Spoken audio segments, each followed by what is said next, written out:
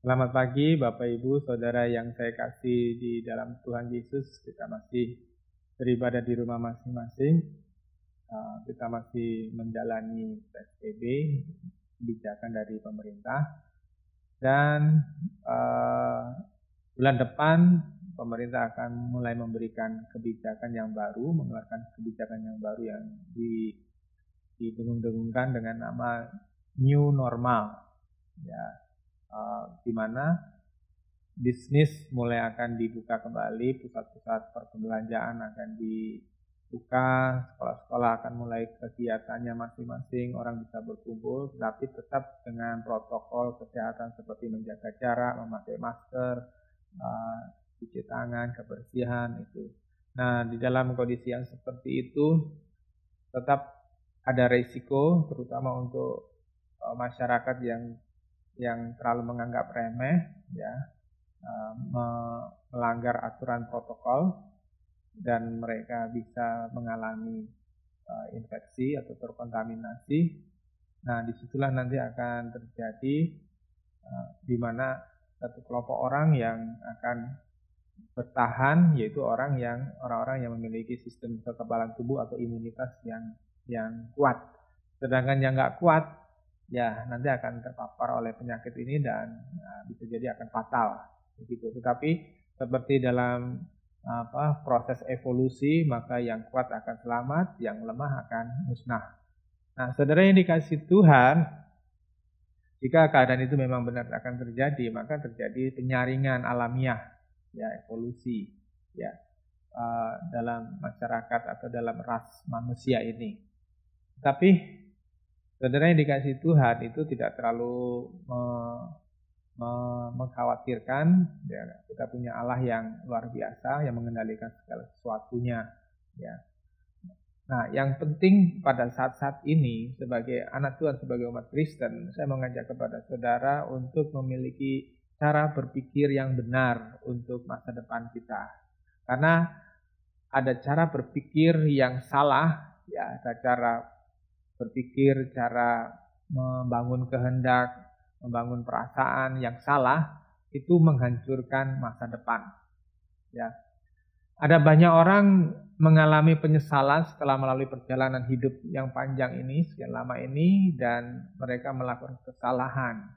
Tapi ada hal-hal yang masih bisa diperbaiki dan tidak perlu penyesalan itu bertimbun-timbun, ya. Misalnya, ya, seperti kalau mamanya seorang punya uang banyak, salah berinvestasi di bidang yang tidak menguntungkan, ya, kemudian mengalami kebangkrutan, seperti ada satu badan asuransi nasional yang cukup terkenal, yang cukup lama kemarin mengalami masalah keuangan, tidak bisa bayar para dividennya karena uangnya diinvestasikan di tempat yang salah. Tetapi ketika ini yang terjadi, orang masih bisa memulai lagi membangun ekonominya, ya, dengan jalan pelan-pelan, ya, hingga menunggu peluang baru, ya. Itu. Terus kalau seorang itu salah menikahi orang yang ternyata tidak seindah yang dipikirkan atau tidak seindah pada masa pacaran, ya, menikahi pasangan yang keliru, ya.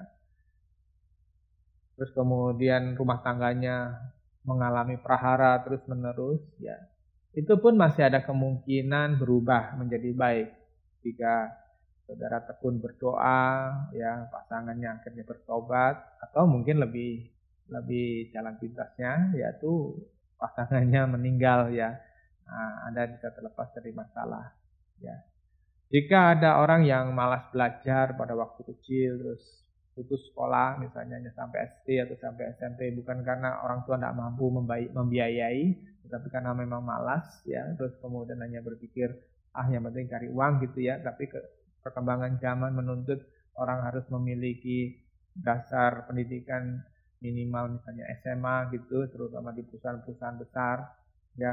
Dan ketika orang itu tidak memiliki ijazah SLTA ataupun sarjana strata 1, akhirnya peluang untuk naik karier, peluang untuk menjadi karyawan itu lewati atau hilang. Ya, itu pun tidak perlu disesali terus-menerus ya, karena umur sudah terlanjur tua, tetapi orang masih bisa berwirausaha sendiri ya, setidaknya punya usaha kecil-kecilan ya, dan jika rajin, jika tekun, usaha kecil itu akan bisa jadi besar ya.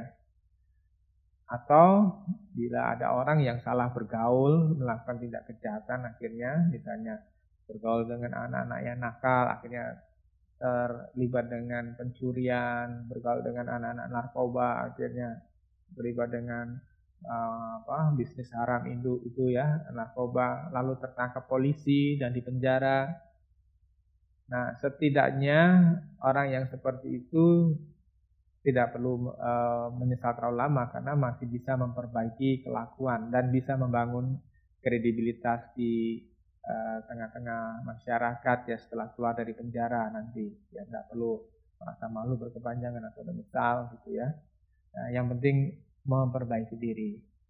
Jika seseorang terlanjur melakukan suatu perbuatan aib, perbuatan yang memalukan, misalnya tertangkap basah selingkuh atau melakukan perzinahan ya, atau saudara mempunyai suatu kebiasaan buruk yang selama ini mungkin disembunyikan terus kemudian terbongkar, nah itu ada rasa malu, kehilangan kepercayaan publik ya, akhirnya tidak punya rasa percaya diri.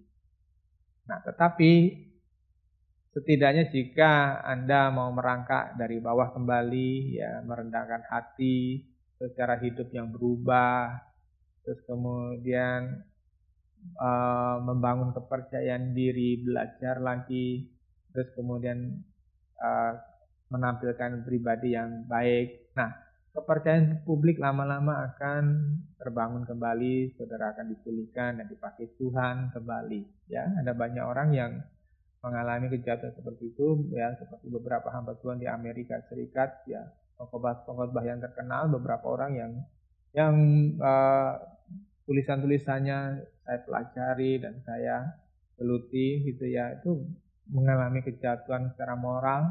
Mereka awal-awalnya ya dijauhin dari jemaat, awal-awalnya ditinggal jemaatnya, tapi kemudian dia bertobat, dia mau rintis kembali dan Tuhan mengembalikan pelayanannya walaupun tidak sebesar dahulu ya. Namun ada satu penyesalan yang tidak bisa diperbaiki. Berapapun kuatnya mau memperbaiki, berapapun saudara punya uang untuk membayarnya, tetapi kesalahan itu tidak akan bisa diperbaiki lagi. Nah, ini merupakan bencana. Saudara mau tahu, yaitu apa? Kalau orang terlanjur ditolak Tuhan dan terbuang ke neraka. Sayangnya yang perkara ini tidak banyak dipertimbangkan oleh orang, bahkan termasuk orang Kristen. Karena menganggap remeh, neraka itu masih misteri, ya nanti-nanti aja dipikirkan. Atau kadang-kadang membuat joke yang konyol, misalnya saya mau ke neraka karena di sana ada banyak bintang film yang cantik-cantik, yang ganteng-ganteng, ya. Ada banyak penyanyi-penyanyi yang bagus suaranya, saya mau ke sana katanya.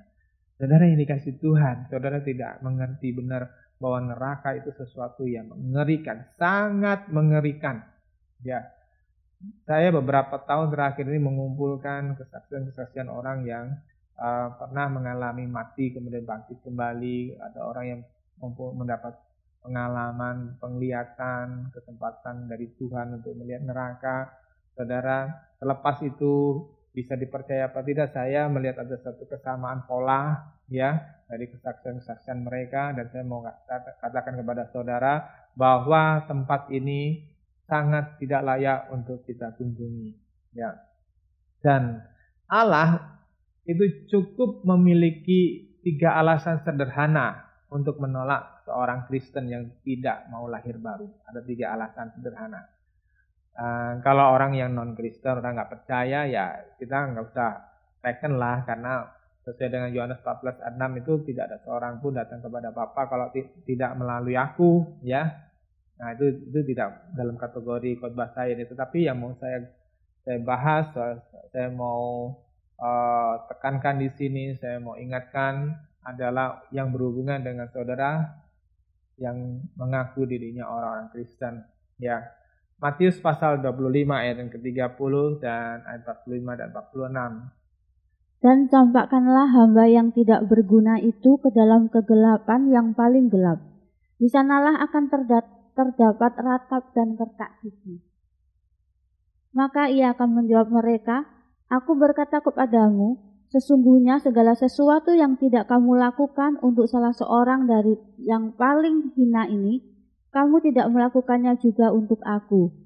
Dan mereka ini akan masuk ke tempat siksaan yang kekal, tetapi orang benar ke dalam hidup yang kekal. Ini dua alasan yang pertama untuk Tuhan menolak orang Kristen.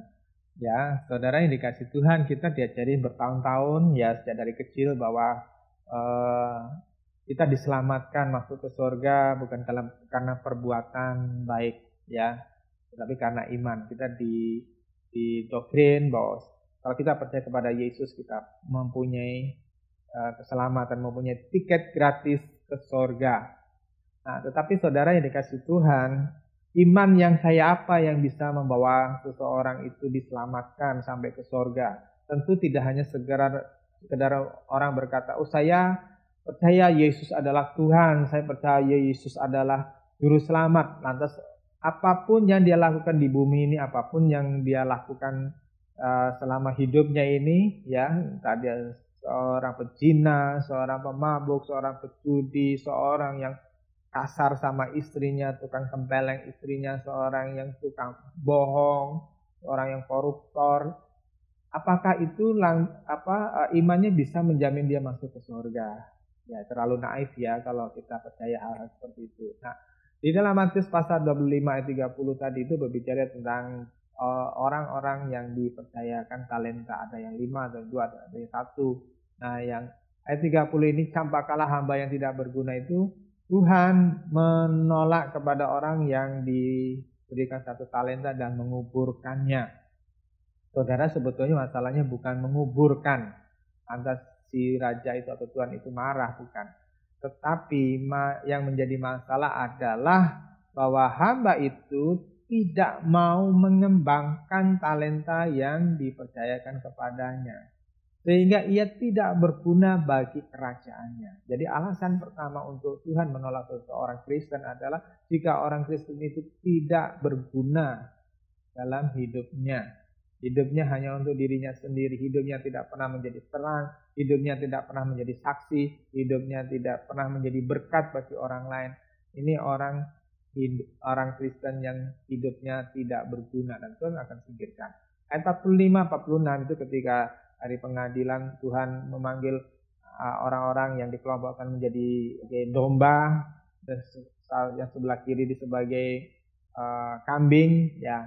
Nah, Tuhan membedakan dua jenis ini ya, sama-sama itu domba sama kambing itu kan satu jenis ya, lain penampilannya ya. Nah, saudara, yang kita bicara yang 45-46 itu berbicara tentang si kambing tadi. Kambing tadi itu berbicara tentang orang-orang yang mereka mendengar firman Tuhan, mereka diajar firman Tuhan tetapi tidak melakukannya, dan hidup mereka itu adalah hidup yang egois, hidup yang untuk dirinya sendiri, yang tidak mau memperhatikan orang lain, tidak mau peduli pada kesusahan orang lain. Ya, sehingga ayat 46 Tuhan berkata, dan mereka akan masuk ke tempat siksaan yang kekal. Mungkin saudara ini berkaitan dengan kisah Lazarus dengan si orang kaya. Bapak Ibu Saudara yang dikasih Tuhan, Tuhan Yesus tidak menceritakan, tidak mengatakan bahwa si orang kaya dalam kisah Lazarus tadi itu orang kaya yang jahat, licik, orang kaya yang koruptor. Saya yakin tidak, karena ini berbicara tentang kehidupan orang-orang Yahudi pada waktu itu yang hidup mereka ditatan dengan rapi oleh hukum Taurat. Ya, ini orang-orang kaya yang melakukan kehidupan agamawinya, sehingga orang kaya ini tidak pernah merasa punya masalah dengan Tuhan waktu dia mengabaikan si Lazarus tadi. Ya. Nah, saudara yang dikasih Tuhan, ingat juga saudara bisa lihat ya di kitab Lukas bahwa si orang kaya ini dibuang ke Hades ya, tidak diizinkan masuk ke Firdaus. Ya, kenapa? Karena dia tidak memperhatikan orang yang di depan matanya sendiri mengalami kesusahan, yaitu si Lazarus yang miskin. Nah, itu alasan yang kedua, seorang Kristen itu bisa ditolak oleh Tuhan. Alasan yang ketiga, saudara bisa lihat di dalam Matius 7 ayat 21-23, bukan orang-orang yang memanggil aku Tuhan, Tuhan yang akan masuk dalam kerajaan surga, melainkan orang yang melakukan kehendak Bapa. Jadi kalau seorang itu tidak melakukan kehendak Bapa, Tuhan akan berkata, kamu tidak layak bagiku. Ya, intinya seorang yang tidak mau dikembalikan mengalami kelahiran baru, ya, orang yang tidak mau dikembalikan pada kodrat ilahi, ya, divine nature, ya, yaitu segambar dan serupa dengan Allah, orang itu akan ditolak oleh Tuhan. Ya, saudara bisa jadi dalam Matius 5:20, Yohanes 4:33, ya. Nah, saudara yang dikasih Tuhan, dari sini kita bisa melihat, ya, sebetulnya dari semuanya itu, ya, apakah orang itu menjadi orang yang tidak berguna bagi kerajaan Allah, ataukah orang itu tidak punya hati belas kasihan, itu apa? Masalahnya sebetulnya sederhana, yaitu dengan masalah cara berpikir, cara pandang, ya, kebiasaan atau kesukaan atau karakter, ya. Nah, cara berpikir, cara pandang banyak orang itu sudah tidak di dalam relnya Tuhan. Kenapa? Karena iblis, si ular tua atau Satan tadi, itu telah berhasil membelokkan banyak pikiran, banyak cara pandang orang, ya, tidak lagi sesuai dengan kehendak Allah. Saudara yang suka mengikuti pemuritan, ya, dengan saya, itu pasti akan melek dengan apa yang saya suka ajarkan tentang Lucifer, tentang si bintang timur. Nah, kita mau belajar pada pagi hari ini tentang awal penyelewengan dari pikiran dan kehendak kita yang akhirnya tidak sesuai dengan kehendak Tuhan. Semuanya berasal dari satu sosok yang namanya Lucifer, atau dalam bahasa Indonesianya itu bintang timur, ya, morning star. Lucifer adalah salah satu malaikat utama dalam hadirat Allah, dan Lucifer itu mempunyai pengaruh yang kuat pada malaikat-malaikat yang di level bawah. Jadi malaikat itu ada banyak level-levelnya, ya. Nah, ibaratnya ada kelas jenderal, ada kelas letnan atau mayor, ada kelas bintara. Lucifer ini adalah, tadi saya sebutkan, adalah bagian dari malaikat-malaikat utama, ya, dan dia berada di posisi selevel dengan kerub atau kerubim, ya. Kalau jamak namanya kerubin, kalau tunggal kerub, ya. Nah, kerub ini mempunyai arti adalah kedudukan yang sangat tinggi atau yang diurapi dalam pemerintahan Allah. Dalam Yeskiel 41 ayat 18-20, kerub ini diantara lain ada yang memiliki dua muka, seperti muka manusia dan muka singa. Tapi di dalam pasal 1 itu ada kerub yang memiliki 4 muka, yaitu manusia di depan, muka singa di kanan, muka dan lembu di sebelah kiri, terus muka raja wali di belakang. Ya, mereka punya sayap atau jati diri kerub ini. Satu, itu adalah malaikat yang dihidupkan oleh Roh Tuhan. Nah, saudara yang dikasih Tuhan, ini akan menarik sekali, seperti penciptaan awal manusia, bahwa manusia makhluk yang spesial dibanding dengan binatang, ya, karena apa? Di dalam diri manusia itu ada DNA-nya Allah, yaitu roh Allah ditaruh dalam diri kita sehingga kita memiliki kecerdasan dan kepandaian, ya, dibanding dengan binatang-binatang, ya. Demikian juga kerub ini itu dihidupkan oleh Roh Tuhan untuk melakukan kehendak Tuhan, dan apa yang dia lakukan untuk kemuliaan Tuhan, ya, karena kemuliaan Tuhan itu dinyatakan di atasnya. Saudara bisa baca di dalam Yeskiel 41, 22, 26, 28, 4, ya. Oke. Nah, kita lihat Lucifer ini akhirnya jatuh, ya. Kejatuhan Lucifer ini dimulai dari keinginan yang melampaui batasan yang ditetapkan untuknya, yakni dia ingin menjadi seperti Allah. Nah, kita lihat di dalam Yesaya pasal 14 ayat 12 sampai dengan 17. Wah, engkau sudah jatuh dari langit. Hai bintang timur, putra fajar, engkau sudah dipecahkan dan jatuh ke bumi. Hai yang mengalahkan bangsa-bangsa. Engkau yang tadinya berkata dalam hatimu, aku hendak naik ke langit, aku hendak mendirikan tahtaku mengatasi bintang-bintang Allah, dan aku hendak duduk di atas bukit pertemuan jauh di sebelah utara. Aku hendak naik mengatasi ketinggian awan-awan, hendak menyamai yang maha tinggi. Sebaliknya ke dalam dunia orang mati engkau diturunkan, ke tempat yang paling dalam di liang kubur. Orang-orang yang melihat engkau akan memperhatikan dan mengamat-amati engkau, katanya, inikah dia yang telah membuat bumi gemetar dan yang telah membuat kerajaan-kerajaan bergoncang, yang telah membuat dunia seperti padang gurun dan menghancurkan kota-kotanya, yang tidak melepaskan orang-orangnya yang terkurung pulang ke rumah?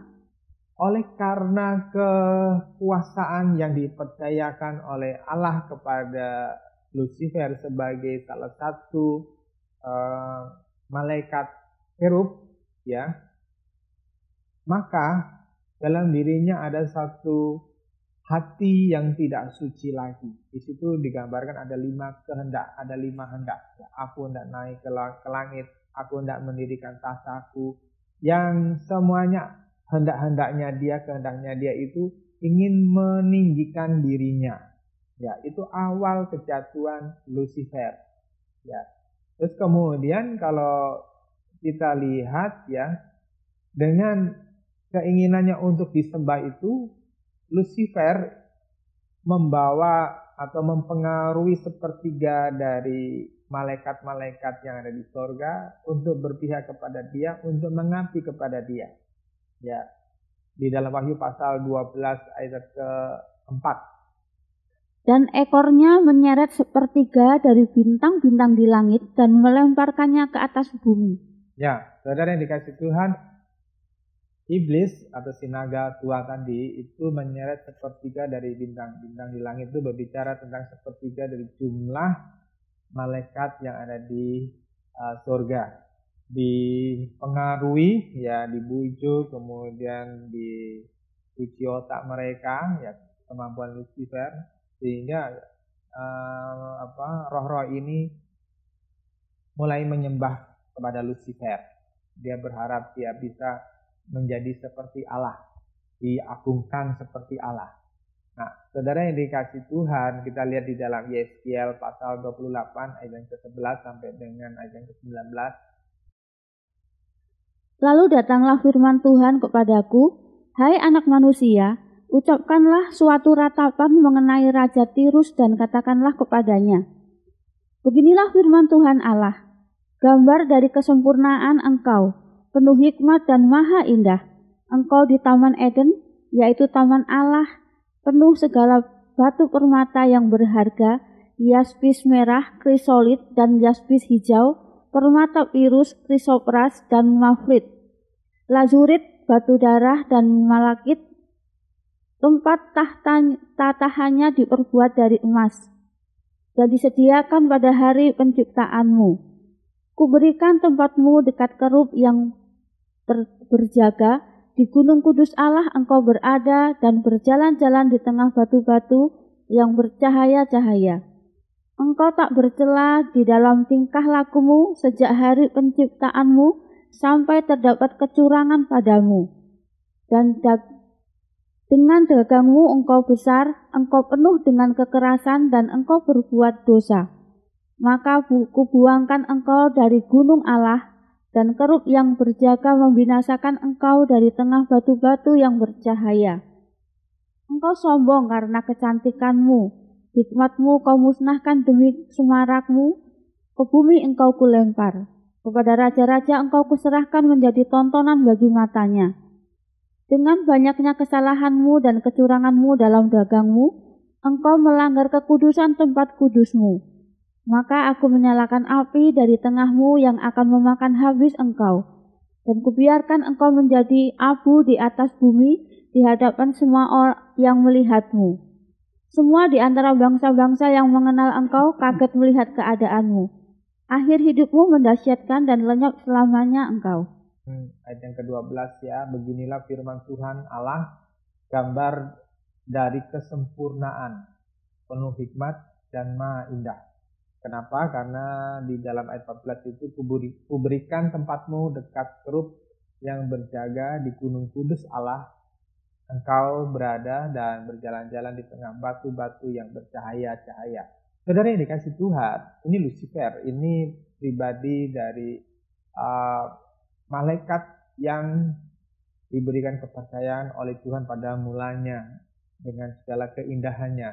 Malaikat ini penuh hikmat, ya, sangat pandai, sangat cerdik.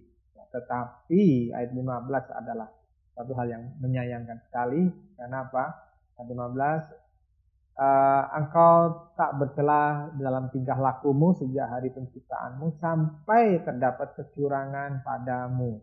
Ya, sampai terdapat kecurangan. Apa kecurangannya? Ayat 17, engkau sombong karena kecantikanmu. Ketika dia menyadari dirinya memiliki kelebihan daripada malaikat-malaikat yang lainnya, akhirnya Lucifer itu menjadi sombong. Ya.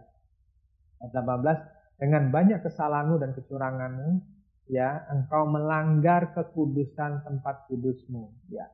Ada batasan yang sudah ditetapkan oleh Lucifer dan malaikat-malaikat lainnya di mana mereka tidak boleh menembusnya atau melewatinya, tetapi Lucifer itu melanggarnya, ya, menerobosnya, dan disitulah kesalahannya.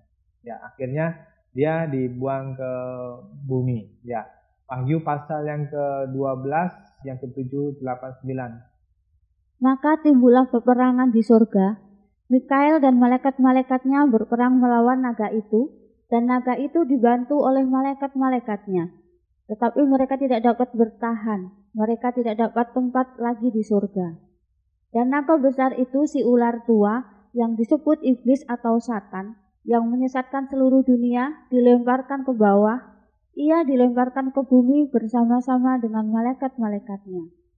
Ya, belum penciptaan manusia, Lucifer dengan sepertiga malaikat-malaikat yang mengikuti dia itu dilempar ke bumi ini. Roh jahat itu memiliki jumlah yang tidak cuma satu atau dua, tapi banyak. Ya, sepertiga dari jumlah malaikat saya nggak tahu, di situ nggak disebutkan secara jumlah, secara kuantitatif, tetapi saya percaya ini nilainya pasti atau jumlahnya pasti sangat banyak, ya, sangat banyak, dan mereka semua dibuang ke bumi ini.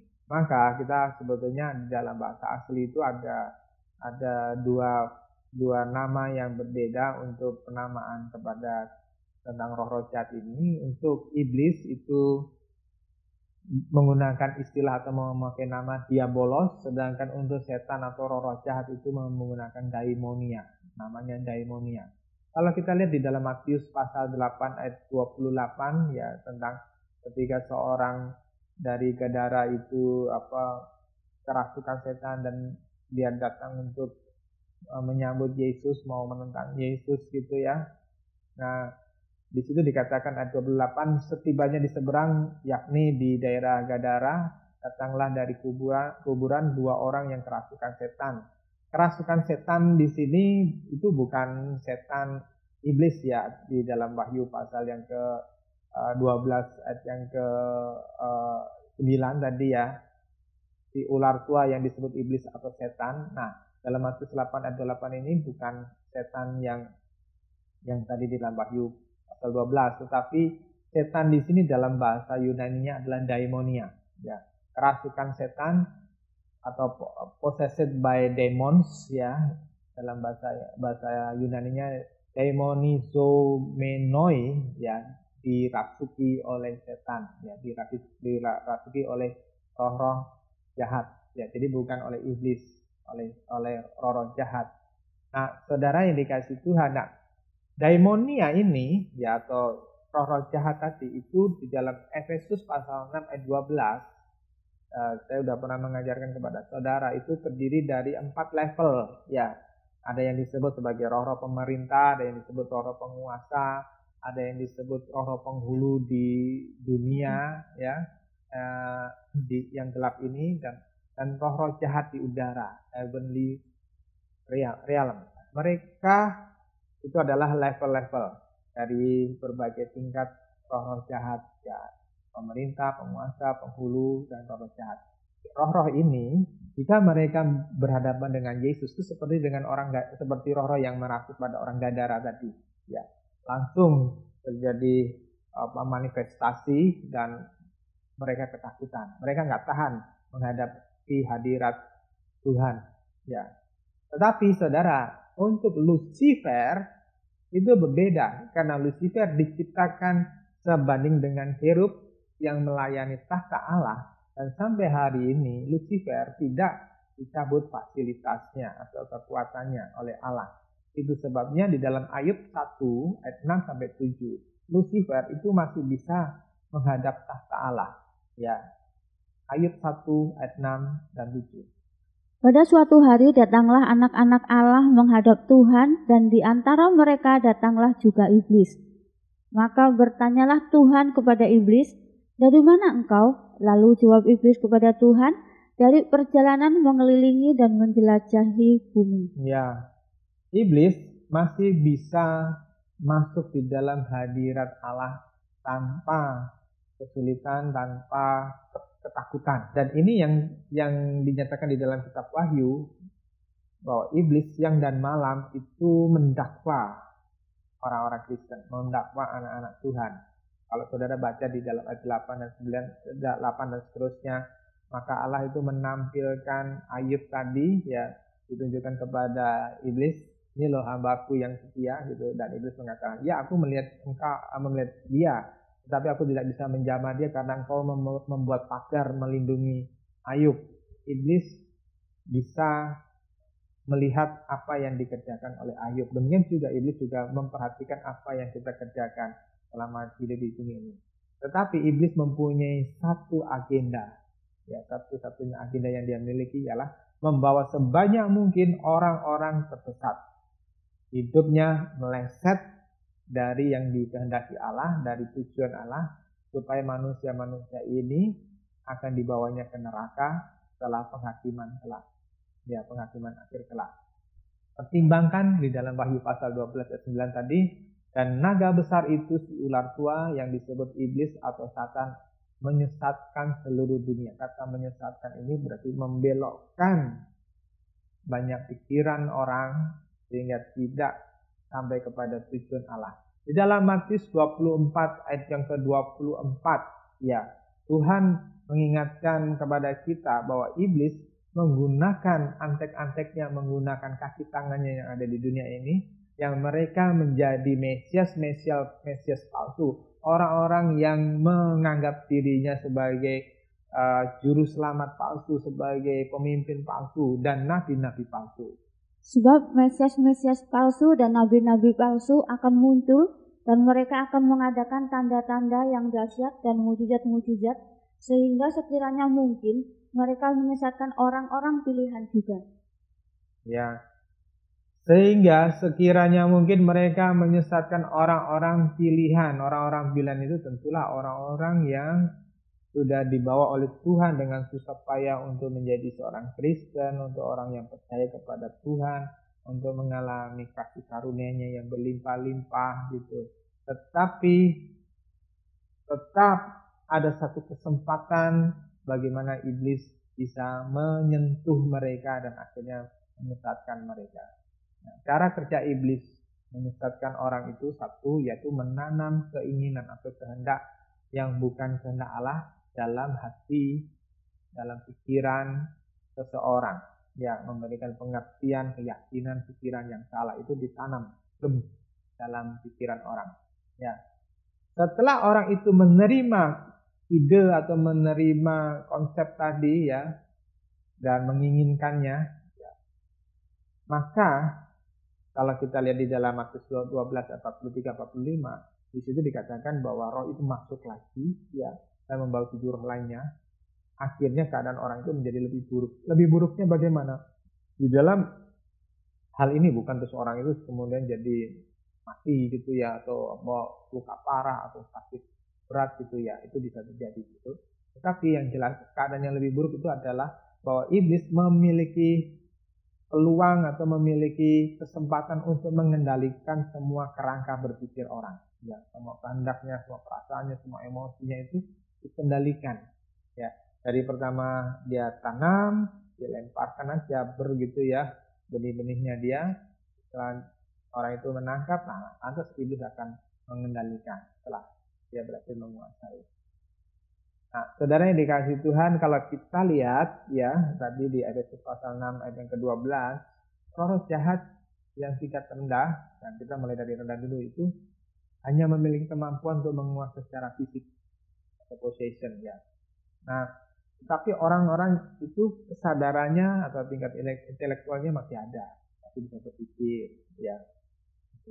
Tetapi kalau roh yang lebih tinggi di sini, yaitu tingkat penguasa, tingkat penghulu itu masuk, mereka memiliki kemampuan untuk memblokir, ya, memblocking akal sehat orang tersebut, sehingga orang tersebut bisa melakukan hal-hal perbuatan berdosa tanpa merasa berdosa. Ada orang Kristen yang judi, dia tidak merasa bersalah. Ada orang Kristen melakukan perzinahan, perselingkuhan, tidak merasa bersalah. Ya, dalam hal ini kecerdasan rohaninya itu dibuat macet. Ya, ada orang menipu, rekan bisnisnya, menipu orang lain, ya tanpa rasa bersalah. Ada orang Kristen yang tidak mau mengembalikan hutangnya, kabur begitu aja, ya tidak merasa bersalah. Nah, ini orang-orang yang sudah diblokir akal budinya. Nah, ini roh jahat yang lebih tinggi daripada sekedar roh jahat tingkat rendah itu yang menguasai dia. Nah, roh jahat tingkat pemerintah berkemampuan mengarahkan sebuah ide, ya, menanamkan pikiran-pikiran sehingga membentuk sebuah keyakinan yang kuat atau fanatisme. Tentu misalnya nih, waktu perang Vietnam dulu ya. Orang-orang Vietnam Utara itu didoktrin dengan komunisme yang fanatik, ya. Terus kemudian mereka ditanamkan, mereka berjuang sampai mati demi untuk negara mereka. Dan ketika mereka menyerbu pasukan Amerika atau pasukan Prancis, ya, yang waktu itu menguasai Vietnam, itu mereka menyerbu dengan gelombang manusia. Banyak yang ditembak, banyak yang terbunuh, tetapi terus mereka dengan keberanian yang luar biasa mereka maju terus sampai akhirnya orang-orang Prancis kewalahan dan mereka kalah perangnya. Ya, ada fanatisme, tidak takut mati. Ya, sampai orang itu punya keyakinan apa yang dia lakukan itu benar. Ya. Nah, saudara, tidak heran ada orang-orang yang ditanamkan dalam pikirannya kalau kamu membawa bom bunuh diri, kamu akan masuk surga. Ya. Ide-ide seperti ini membuat orang bisa membabi buta. Ya. Mereka tidak mampu lagi berpikir apa benar kalau aku bunuh diri, aku membunuh orang lain yang tidak bersalah, pasti masuk surga. Kalau aku memenggal kepala tawanan itu, aku pasti masuk surga, dan seterusnya. Nah, saudara, tapi kalau orang sudah dikuasai seperti itu, tidak peduli dia. Ya, ini roh jahat tingkat pemerintah. Nah, iblis atau sang diabolos tadi itu adalah mastermind dari semuanya, atau perancang dari semua ide-ide pemberontakan terhadap Allah. Dengan konsep-konsep atau buah pikiran yang memutar balikkan kebenaran yang diberikan oleh Allah, itu diputar balik. Ya. Kalau kita lihat di Kejadian pasal yang ketiga, ketika ular atau si iblis itu merayu Hawa, iblis cuma mengatakan kalau kamu makan buah itu, kamu akan menjadi seperti Allah. Ya. Kamu akan menjadi seperti Allah. Nah, saudara yang dikasih itu kan diputar balik, ya, supaya hatinya mulai tergoda untuk menjadi seperti Allah. Kalau kita lihat di dalam Matius pasal 12 ayat 43-45, roh jahat ini tidak bekerja secara soliter atau sendiri-sendiri. Ya. Mereka membentuk organisasi atau hierarkis yang berjenjang dan mereka bekerja sama, ya, sehingga orang tersebut tidak hanya dikuasai oleh satu roh jahat. Kalau kita lihat di dalam Matius 8 tadi tentang orang Gadara tadi, itu mereka menyebut dirinya saya legion, karena banyak. Satu legion itu seperti satu divisi tentara zaman sekarang itu terdiri dari banyak orang prajurit, dan ada mulai dari kapten dan seterusnya, itu satu divisi atau satu legion. Ketika seseorang itu sudah membuka diri kepada roh jahat, itu akan bergerombol mereka masuk dan menguasai dari tingkat yang atas sampai yang bawah, ya, sesuai dengan fungsi mereka masing-masing. Itu sebabnya tidak mudah orang itu dilepaskan. Saya dulu tidak menyadari seperti itu dan saya pikir pelayanan pelepasan satu kali sudah beres. Tapi kenyataannya ada banyak orang yang seperti dalam 2 Petrus pasal 2 atau 2 udah dilayani pelepasan beberapa minggu kemudian, beberapa bulan kemudian jatuh di dalam dosa lagi, ya, dan hidup dengan sangat berdosa, ya. Ujung akhir dari penguasaan dari kerajaan kegelapan tadi adalah orang mengingkari keselamatan yang ditawarkan oleh Tuhan. Di dalam Yohanes pasal 1 12 itu, ya, Tuhan menawarkan satu kesempatan untuk saudara menjadi anak-anak Allah, ya, menjadi huiosnya Tuhan, menjadi anak-anak tebusan Tuhan, anak-anak adopsi Tuhan, ya. Keselamatan yang ditawarkan Allah itu adalah mengembalikan saudara dan saya memiliki nature ilahi, divine nature, yaitu segambar dan serupa dengan Allah Bapa.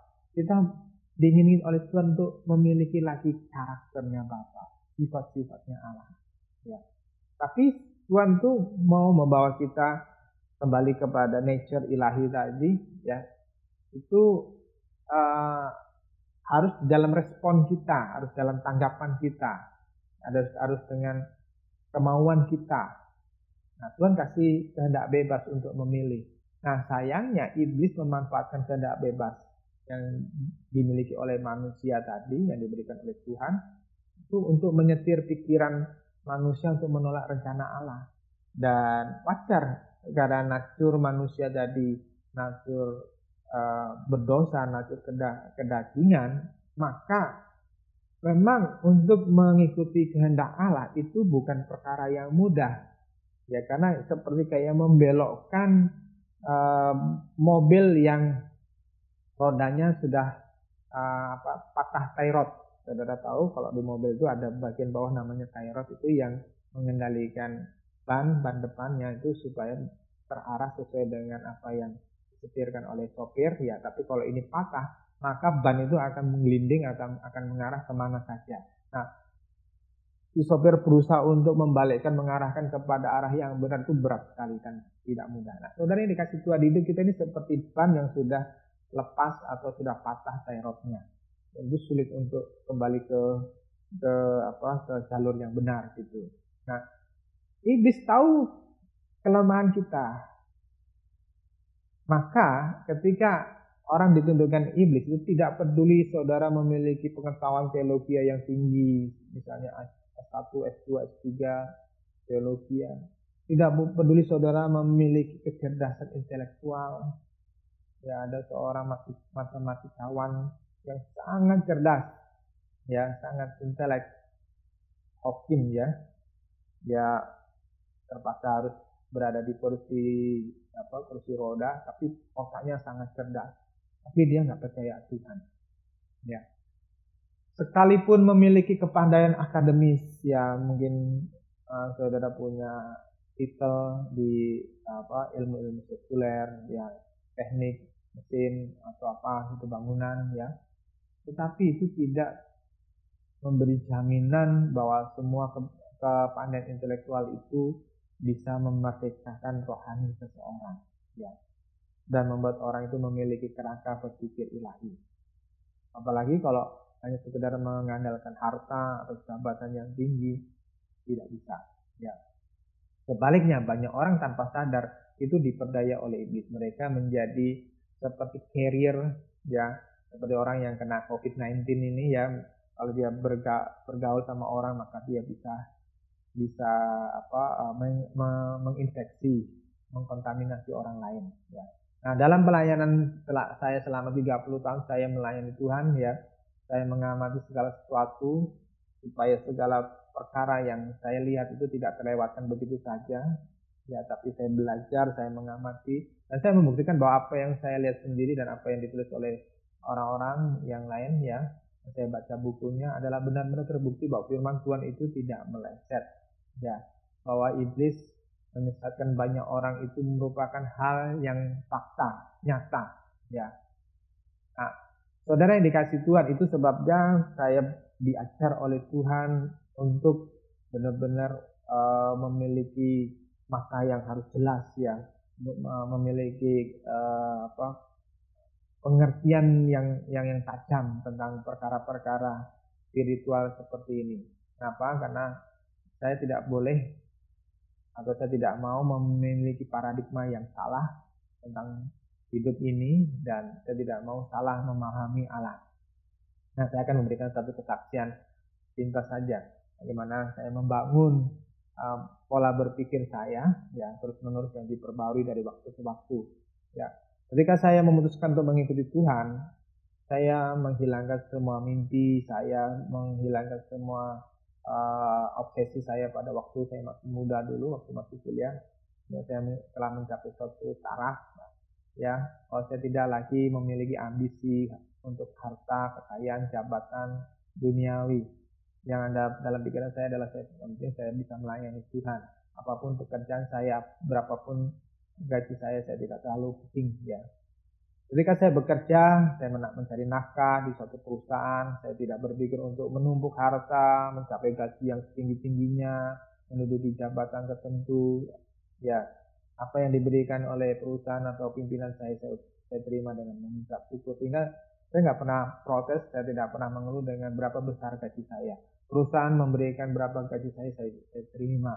Ya, ada kata teman saya, oh gajimu di situ kecil ya, enggak.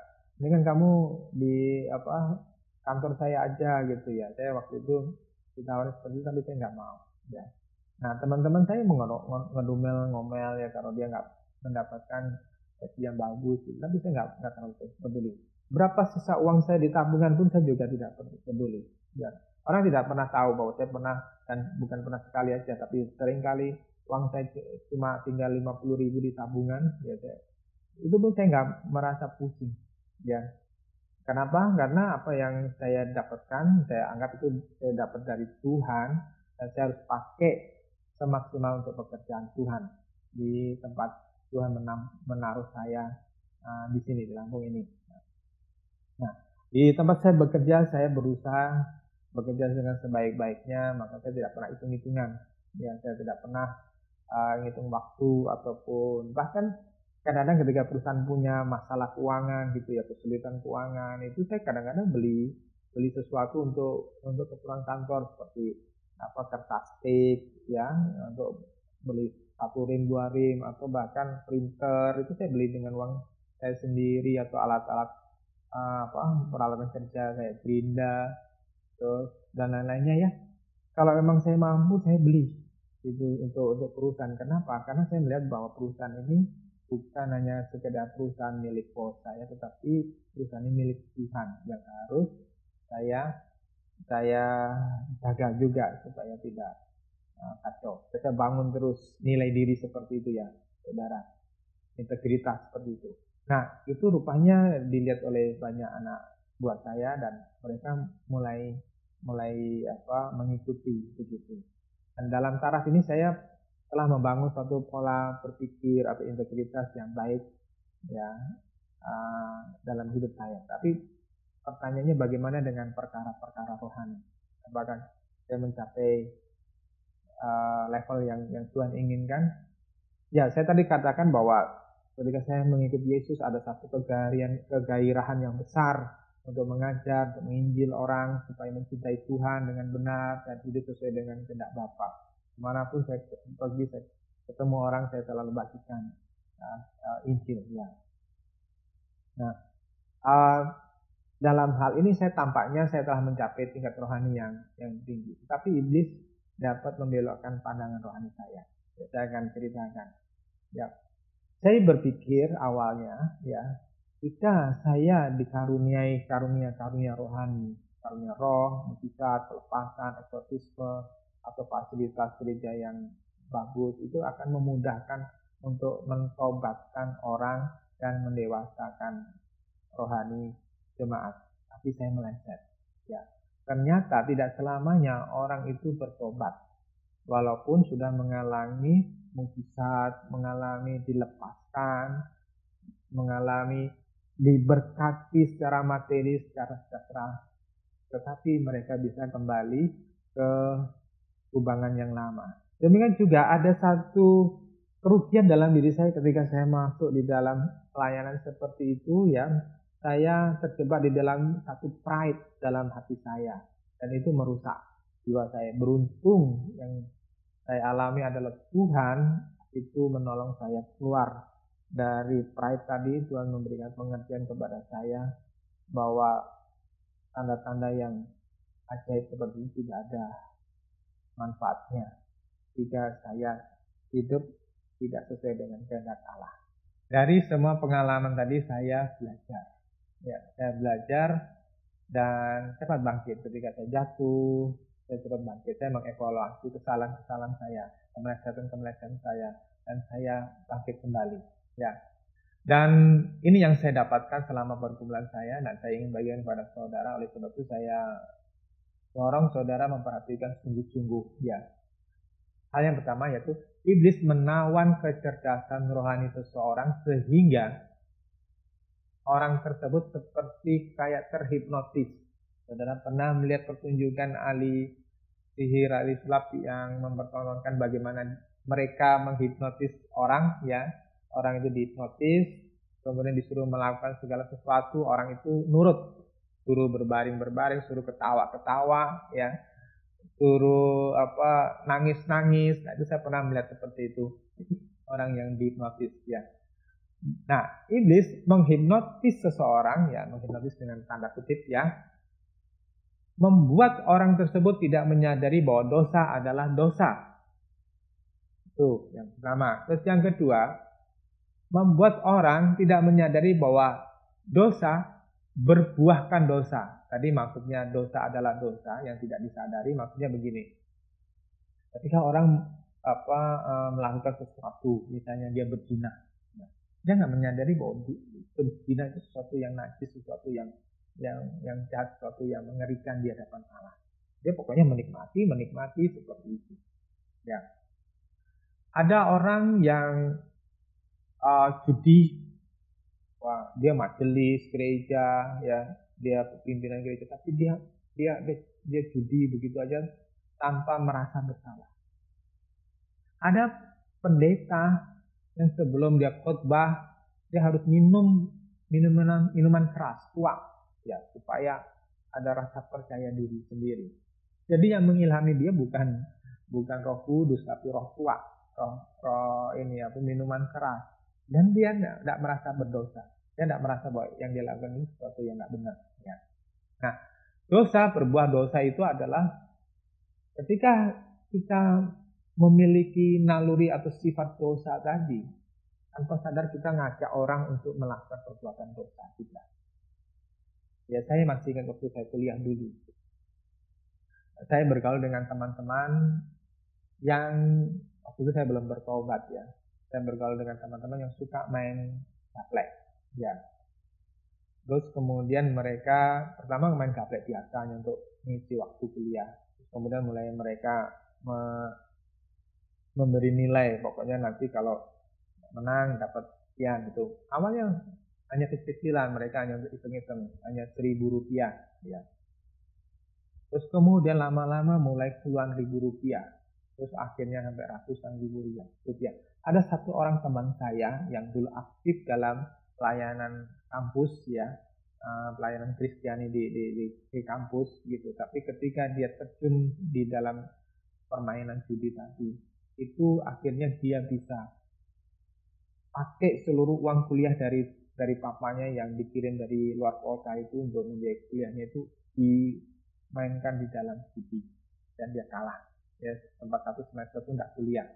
Saya nggak tahu pasti, dia pasti bohong sama orang tuanya ya bahwa duitnya itu habis. Ya. Nah, saudara yang dikasih Tuhan itu dosa berbuahkan dosa, menghasilkan dosa keturunan yang lebih parah. Nah, orang yang terhipnotis oleh pikiran setan tadi itu tidak mampu mengerti siapa Allah dan apa kehendaknya. Akhirnya dia binasa. Ya. Umatku binasa karena tidak mengenal Allah. Hosea pasal 4 dan 6. Nah, iblis menanam kepentingannya dia, kepentingan iblis tadi, dan dengan membuat orang berpikir bagaimana memuaskan dirinya sendiri tanpa peduli apa keinginan Allah. Ini orang-orang yang terhipnotis oleh iblis. Nah, kita akan kembali ke tadi mempelajari dalam Yeskiel pasal 28 dan Yesaya pasal 14 tadi ya. Mengapa orang bisa dihipnotis atau dikendalikan oleh iblis tadi? Karena orang itu memiliki atau membangun ambisi-ambisi seperti kayak di dalam Yesaya 14 tadi, aku hendak mendirikan tahtaku mengatasi bintang-bintang Allah, ya, aku hendak duduk di atas bukit pertemuan, aku hendak mengatasi ketinggian awan-awan, hendak menyamai yang maha tinggi. Saudara yang dikasih Tuhan, saya tidak mempersalahkan saudara memiliki kekayaan yang banyak, jabatan yang tinggi, memiliki kecantikan yang dikagumi banyak orang, itu tidak salah. Itu bisa dipakai oleh Tuhan, bisa diberikan oleh Allah. Tetapi yang salah adalah ketika kita menggunakan semuanya itu hanya untuk memuaskan dirinya sendiri, sama seperti Lucifer, si bintang timur tadi. Jadi ketika orang itu memuaskan dirinya sendiri dengan semua yang ada pada kita, semua fasilitas yang sebetulnya diberikan oleh Tuhan untuk dikembalikan kepada Allah, tapi dipakai untuk dirinya sendiri, maka kita memakai sifatnya Lucifer dalam dirinya sendiri. Ya. Terus di dalam Yeskiel pasal 28 ada batas-batas yang sudah ditetapkan oleh Allah pada setiap makhluk, ya, makhluk yang berakal budi, malaikat dan manusia. Ada batas-batas, ya. Ketika saudara dan saya melanggar batas-batas kekudusan tadi, Yeskiel 28 ayat 18, ya, maka Tuhan mengatakan, aku menyalakan api dari tengahmu dan akan memakan habis engkau. Ya, ayat 18. Karena disitulah kecurangan kita. Karena kita sudah dikasih data, nih batasannya, tapi kita mau minta lebih. Ya, itu kecurangan kita. Nah, sekarang saya mau mengajak kepada saudara untuk menolong diri sendiri yang jika saudara menyadari terbelenggu atau tersesatkan, atau mungkin menolong salah satu anggota keluarga saudara yang terbelenggu atau tersesatkan oleh iblis atau yang dicengkeram oleh iblis. Nah, di sini saya mau mengajarkan kepada saya berdasarkan satu pengalaman dan pengertian saya pada firman Tuhan, ya. Satu, bahwa Allah tidak menggunakan cara seperti iblis untuk menguasai seseorang. Allah tidak gunakan itu. Allah tidak mau mengendalikan orang, ya, seperti iblis mengendalikan seseorang, menghipnotis seseorang, tidak. Allah tidak pernah memaksakan kehendaknya pada manusia. Sebaliknya Allah memberikan kehendak bebas untuk kita masing-masing memilih dan mengambil keputusan. Ya. Allah lebih memilih jalan orang mempunyai kesadaran penuh, ya, kesadaran penuh intelektual kita, ya, untuk mengambil keputusan mengikuti kehendaknya, kehendak Allah, ya, mencintai Allah dengan tulus. Jadi bukan dengan paksaan, bukan dengan keharusan, terus merampas kesadaran rohani seseorang. Enggak, iblis bisa. Saya bertemu dengan banyak orang yang kesadaran rohaninya itu hilang. Ya, dia melakukan ini, melakukan itu tuh seperti kayak kebo dicucuk hidungnya itu nggak bisa menahan dirinya untuk melakukan dosa itu. Ya, tapi ketika dia sadar, mereka sadar, aku melakukan seperti ini ya, seperti orang kayak bangun dari tidur. Saya ngomong begini bukan khayalan, ini satu kenyataan yang saya lihat dari mata kepala saya sendiri. Sehingga saya bisa berkhotbah seperti ini karena saya melihat kenyataannya. Nah, terus Allah memilih jalan yang tidak mau terburu-buru untuk mendidik seseorang. Di dalam Ibrani pasal 12 ayat 6 itu Allah menyesah mendidik orang. Ya, itu bukan dalam waktu sekejap, dalam waktu sehari 2 hari, tidak. Bisa waktu yang lama. Sebab keinginan Tuhan itu bukan sekedar orang itu jadi pengikutnya gitu ya, beragama Kristen, bukan.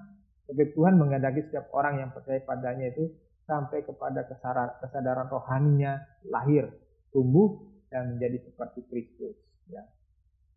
Cara orang yang teralihkan pikirannya ya dari kebenaran yang sejati ya, kepada hal-hal yang fana, ya itu karena orang-orang tersebut itu menolak pesan-pesan ilahi yang disampaikan Tuhan.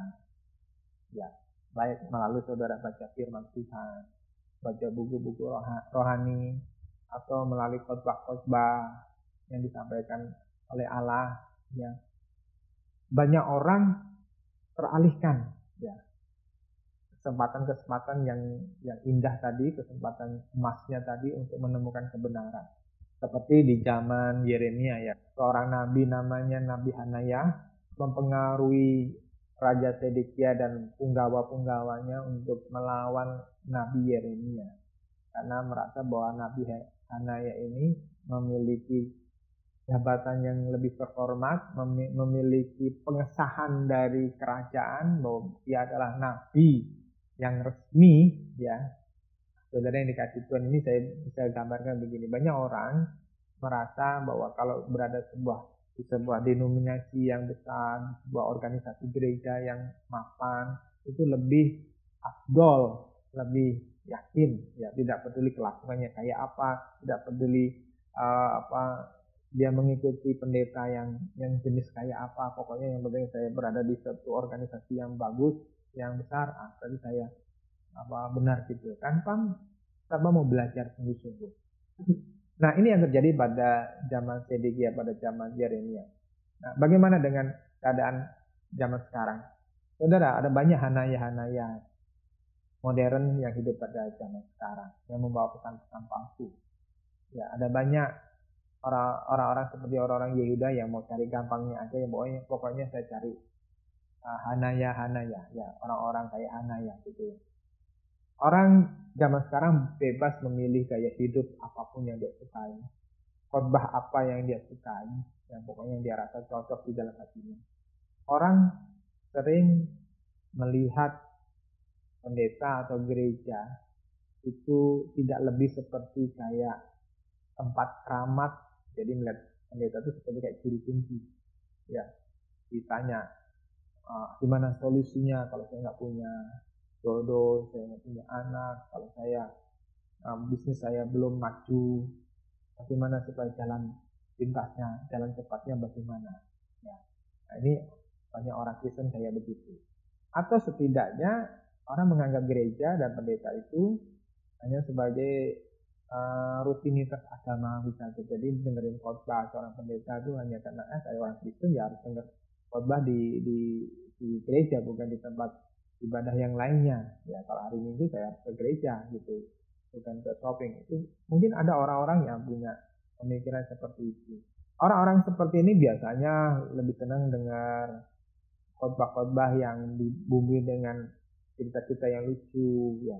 Jadi yang berkesan tuh hanya kelucuannya aja, tapi pesannya apa saya bahwa mereka nggak ingat ya. Ada yang tertarik dengan khotbah-khotbah yang mengiming-imingi kemakmuran, kesembuhan, tanpa menangkap hakikat dari kemakmuran dan kesembuhan yang diberikan oleh Tuhan. Sehingga akhirnya orang-orang ini hanya pikirannya hanya berpikir hanya untuk mencari kesejahteraan, kemakmuran, kesembuhan semata-mata, tanpa terbangun rasa tanggung jawab menjadi seorang Kristen. Yang penting pokoknya aku sudah sembuh dari sakit ya sudah. Yang penting aku sudah berhasil dalam bisnisku ya sudah. Tidak ada nextnya apa. Dan orang-orang seperti ini adalah orang-orang yang seperti bayi-bayi rohani yang hanya hanya mau minum susu tanpa punya rasa tanggung jawab dalam hidup ini. Padahal di dalam Filipi pasal 2:12 itu Paulus mengingatkan kepada kita, tetaplah kerjakan keselamatanmu dengan takut dan gentar. Ya. Nah, kalau orang-orang Kristen cukup menjadi bayi-bayi rohani yang hanya cukup dikasih susu-susu rohani saja, khotbah yang enak-enak, khotbah yang santai, khotbah yang tidak menekan, mengajar dengan tegas, khotbah yang meninabobokan, maka saudara, Filipi pasal 2:12 ini dicoret saja, tidak mempunyai arti apa-apa. Tapi Tuhan menekankan bahwa kekristenan kita ini kalau tidak menjadi seperti Kristus, tidak pikul salib, tidak menyangkal diri, tidak layak bagi Tuhan.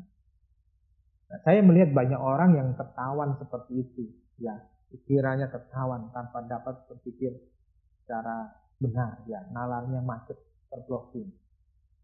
Percayalah apa yang saya bagikan ini benar, karena saya tidak ngomong kosong, tapi saya berbicara berdasarkan fakta, ya, di lapangan seperti itu.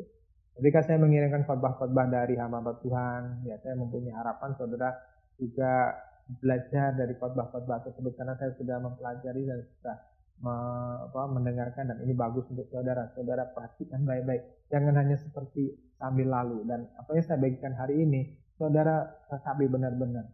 Jangan biarkan otak kita dikendalikan atau dihipnotis oleh iblis. Ya. Terus terang, sampai hari ini saya tidak menemukan formula vaksin yang langsung bisa membebaskan orang itu membebas dari belenggu di pikirannya. Selain dua perkara ini, yang apa yang saya sudah alami, apa yang sudah saya jalani adalah pertama, doa yang dilandasi oleh belas kasihan. Doa yang sungguh-sungguh dipanjatkan kepada Tuhan, itu akan menolong orang tadi terbuka pikirannya. Ya. Ada seorang hamba Tuhan, misionari di India, ya, dia membagikan sebuah traktat kepada seorang di India yang berkata bahwa Yesus adalah juru selamat, Tuhan itu adalah Esa, ya. Nah, bagi orang India, apa yang dibagikan oleh si misionari tadi ini suatu perkara yang tidak yang mustahil, yang tidak mungkin, karena mana mungkin universe ini diatur oleh satu Tuhan, ya. Dia taruh traktat itu di meja. Kemudian ada orang lain yang berdoa untuk pekerjaan misionari tadi, untuk pekerjaan wilayah, pekerjaan Tuhan di wilayah tersebut. Apa yang terjadi? Dalam beberapa waktu, orang India tadi tiba-tiba dia merasakan sesuatu suasana yang berbeda, suasana rohani yang seperti jadi cerah, terbuka. Terus kemudian dia melihat ke mejanya di mana dia menaruh traktat tadi. Kemudian dia baca traktat tadi. Nah, pada waktu dia baca tadi, tiba-tiba pikirannya yang tadi melecehkan traktat tadi, tiba-tiba terbuka dan dia bisa mengerti apa isi tulisan tadi, dan dia bertobat. Ya, dia bertobat. Terus akhirnya terima Tuhan Yesus. Ini saya ceritanya sebenarnya panjang, tapi saya anggap saya potong sampai di situ, hanya untuk menggambarkan bahwa kalau kita berdoa dengan sungguh-sungguh, kalau kita berdoa dengan penuh belas kasihan, itu ada terobosan. Maka saya selalu menekankan dan mengajak orang-orang untuk berdoa dan berdoa. Ya. Terus yang kedua, firman Tuhan katakan bahwa kebenaran itu memerdekakan seseorang. Itu sebabnya saya tidak pernah berhenti dan tidak pernah putus asa dan tidak pernah bosan-bosannya menabur kebenaran, menabur firman Tuhan kepada orang. Entah orang itu mau dengerin apa tidak, entah orang itu bosan dengan saya apa tidak, saya masa bodoh. Yang penting tugas saya menabur, tugas saya membagikan kepada orang, ya. Dengan berbagai cara. Itu sebabnya seperti saat ini saya bagikan, ya, dalam rekaman ini kebenaran ini kepada saudara, dan saudara bisa bagikan kepada orang lain, ya. Dan saya membuat rekaman ini bukan untuk kepentingan saya, bukan untuk saya mendapatkan uang, tapi Saya berharap hidup saudara diubahkan, saudara tidak terbelenggu pikiran saudara. Dan itu yang saya inginkan. Nah, saudara yang dikasih Tuhan, dalam pengalaman hidup saya selalu ada dua hal dasar yang dapat menyelamatkan Anda, yaitu Amsal pasal 4 ayat yang ke-23, berbicara tentang hati kita. Amsal pasal 4 yang ke-23. Jagalah hatimu dengan segala kewaspadaan, karena dari situlah terpancar kehidupan. Jika Anda menjaga diri dengan waspada, ya, itu maksudnya bagaimana? Yaitu ketika Anda memperhatikan rambu-rambu, ya, saudara kan kalau naik mobil ya, misalnya di jalan tol gitu kan banyak rambu-rambunya. Kecepatan minimum 60, maksimum 100, atau ada tikungan, ya, dan sebagainya. Nah, kalau seseorang itu memperhatikan rambu-rambu itu dengan benar, dengan baik, maka dia akan terhindar dari bahaya kecelakaan. Kalau di luar tol itu lebih banyak rambu-rambunya, ada yang berkelok-kelok, ada tanda turunan, ada tanjakan, ada tanda seru artinya hati-hati dan sebagainya, ada tanda sekolah atau penyeberangan, ya. Nah, kalau kita memperhatikan rambu-rambu itu, kita akan tahu di sana ada masalah, ada potensi masalah, ada potensi bahaya. Makanya di dalam Amsal pasal 4:23, jagalah hatimu dengan segala kewaspadaan, matamu lihat. Nah, supaya kita bisa melihat akan rambu-rambu itu, maka Anda harus bergaul erat dengan firman Tuhan sehingga bisa tahu bahaya-bahaya. Kenapa saya bisa sampai kepada satu taraf saya sudah masuk dalam jebakan iblis yang namanya pride, ya, kebanggaan.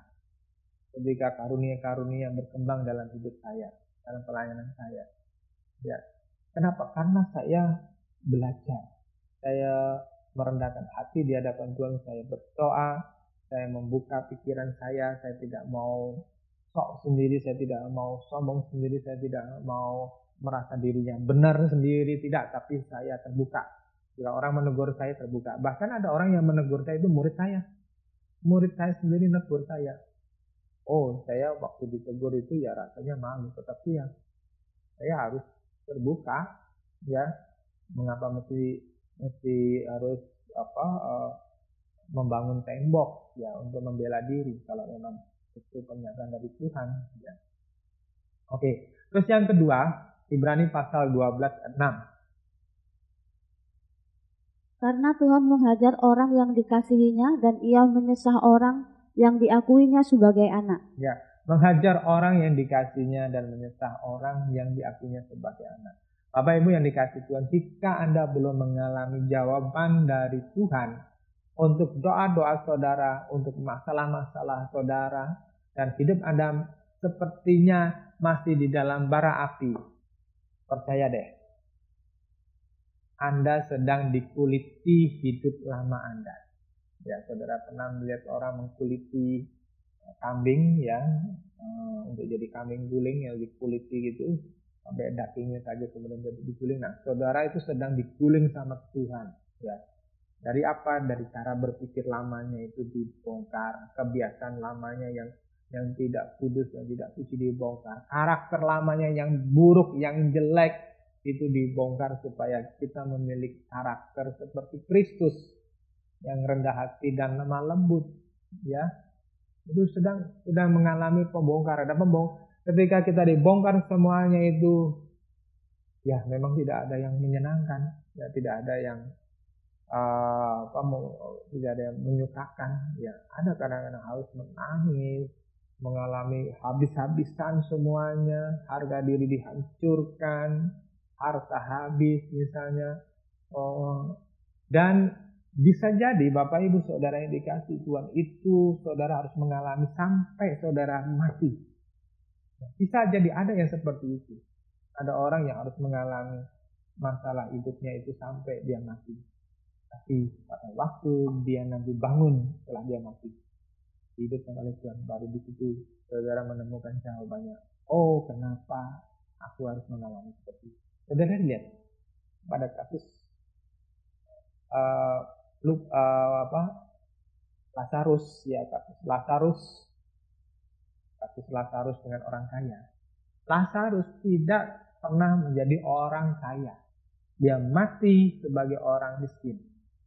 Tapi bukan karena dia miskin dia masuk surga, bukan. Karena Lazarus di situ di dalam kitab Lukas itu tidak pernah protes, tidak pernah marah, tidak pernah ngomel dengan kondisinya. Ya. Dalam hal ini dia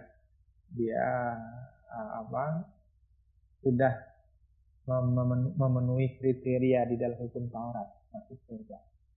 Nah, saudara yang dikasih Tuhan, kalau saudara mau menjalani pengkulitan kaki yang dihajar diserta oleh Tuhan, dan saudaranya mengucap syukur, saudara menjalani hidup dengan baik, Tuhan akan menjadikan saudara nanti jadi sosok guru.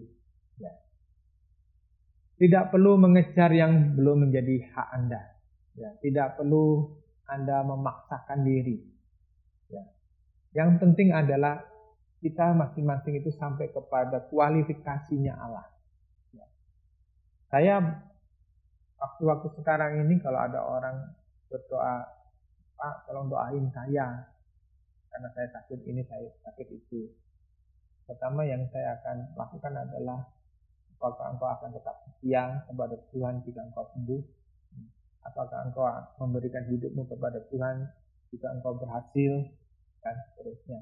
Jadi saya hanya berdoa, Tuhan berkati dia, sembuhkan dia, Tuhan berkati bisnisnya. Karena banyak orang ketika diberkati, tidak disembuhkan, dan lupa diri. Ada banyak orang yang saya doakan itu sembuh, mengalami mujizat, tapi sekarang nggak tahu entah kemana. Ya. Nyawanya juga nggak tahu entah kemana. Ya. Bisa jadi sudah didugem dan sebagainya. Ya. Anda belum punya keturunan, jangan kecewa, jangan marah. Siapa tahu sebetulnya Anda belum siap jadi bapak, jadi ibu. Karena setiap kita punya keturunan, kita bertanggung jawab atas nyawa anak itu. Ya, siapa juga itu kalau kita tidak mengajar orang, mendidik orang sesuai dengan kehendak Allah, dan orang itu mati dalam kesalahannya, nyawanya itu, darahnya itu tertumpah atas kita. Ya, jadi kalau kita belum punya keturunan itu introspeksi aja. Apakah aku belum siap jadi orang tua? Ya. Atau mungkin saudara memang tidak ditentukan untuk punya anak sendiri, tapi saudara mau disuruh oleh Tuhan mengadopsi anak orang lain, anak orang yang nggak punya, dan dalam misi menyelamatkan anak ini supaya anak ini tidak binasa. Kalau dipelihara sama orang tua aslinya mungkin akan rusak gitu. Siapa tahu. Pokoknya yang penting hidup ini ngalir aja di dalam Tuhan. Anda belum punya jodoh, nggak masalah, nggak usah asal nyamber sana nyamber sini, tantap sana sini, akhirnya salah pilih dan nyesel. Ya, ada banyak orang datang kepada saya nyesel. Ya, kenapa saya nikah sama laki-laki itu? Kenapa saya nikah sama perempuan itu? Menyesal. Ya.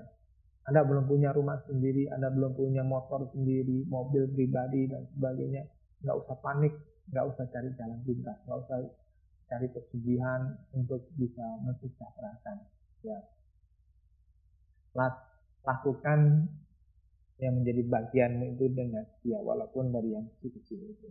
Ya, Lukas pasal 16. Nah, saudara yang dikasih Tuhan, ini dua hal untuk menolong saudara supaya saudara terkendali pikiran saudara, ya.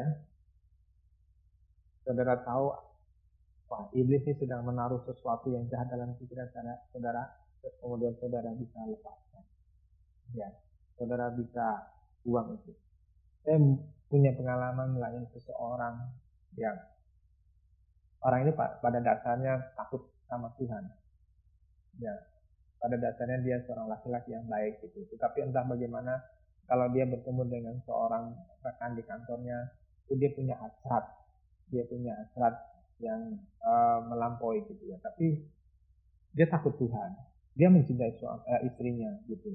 Bicara dengan saya dan saya arahkan pikiran kepada Tuhan. Ya, abaikan semua pikiran-pikiran itu. Lawan dalam nama Yesus Kristus dan hindari kalau bisa hindari, nggak usah ketemu. Gitu ya. Nah, saudara yang dikasih Tuhan, orang itu nurut dan dia bisa melepaskan diri dari jerat perzinahan ya, tanpa dia mengkhianati istrinya. Saudara yang dikasihi Tuhan, ketika saudara nurut pada firman Tuhan, ketika saudara tunduk pada firman Tuhan, saudara akan diselamatkan dari hal yang salah. Ya.